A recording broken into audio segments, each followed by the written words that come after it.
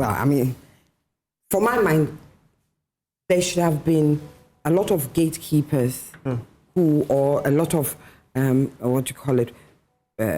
checks and balances so that things like that don't slip and come in. And if that is the thing, there I agree that certain people must be held responsible for allowing that to continue to that point.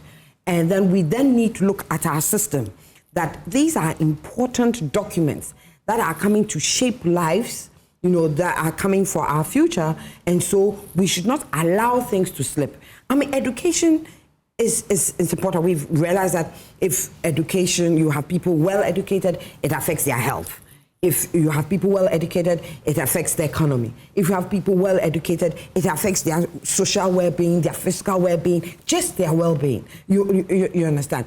So we shouldn't allow certain things to slip by us.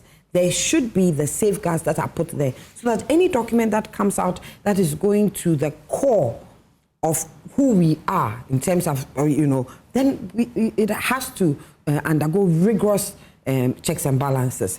But you see, the thing is, there'll always be this struggle between our African ethic of, and that of what we perceive as Western imperialism trying to force us into a certain culture that we kick against. And that's why many Ghanaians kick against us, kick against it, because as Africans and as Ghanaians, we don't see sex, we don't see gender or even sex. We don't see it as just the individual.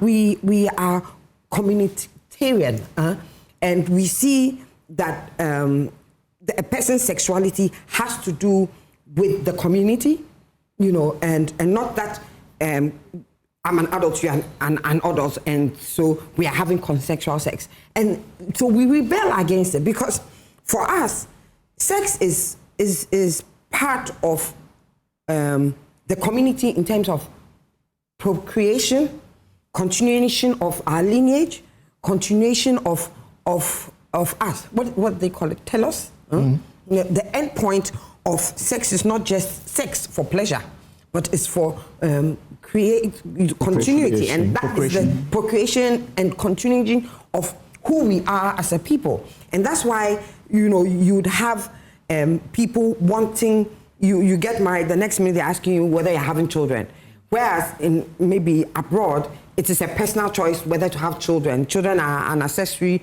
you can decide you want or not. For us, children are not an accessory, you can decide or not. You need to continue. So, Ghanaians will rebel, or Africans will rebel against anything that seems like, if we had it, it truncates procreation, a male and a male. Right. You understand? And so we would have that kind of conflict. Let's come to answer all the question. The time.